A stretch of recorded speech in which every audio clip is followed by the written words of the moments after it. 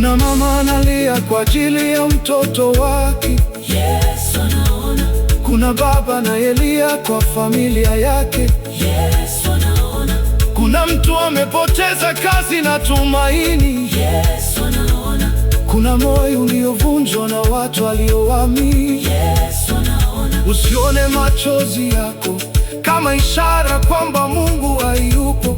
Anaweza kuwa karibu kuliko unavyofikiri. Usikubali leo iwe hitimisho la maisha yako. Yesu bado anaweza kuandika kesho mpya. Unalia na kapona naye kuona. Yesu anakuona. Unalia nini? Yesu ameona machozi yako. Unafikiri umefika mwisho? Yesu bado